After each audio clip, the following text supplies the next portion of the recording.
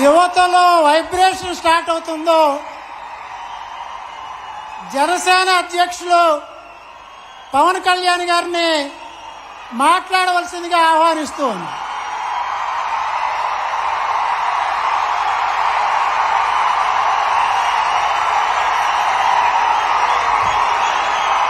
అయోధ్యకి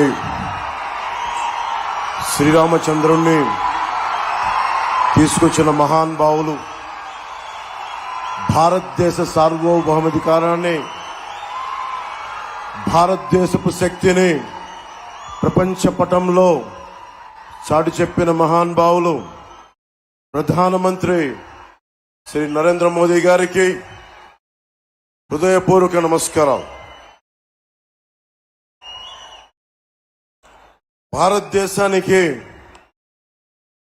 అభివృద్ధితో పాటు కావాల్సిందే సమాజానికి, భారతదేశపు సమాజానికి గుండె ధైర్యం, శత్రు దేశాల మీద పోరాడగలిగే శక్తి, ముందుకొస్తుంటే నిలవరించగలిగే శక్తి.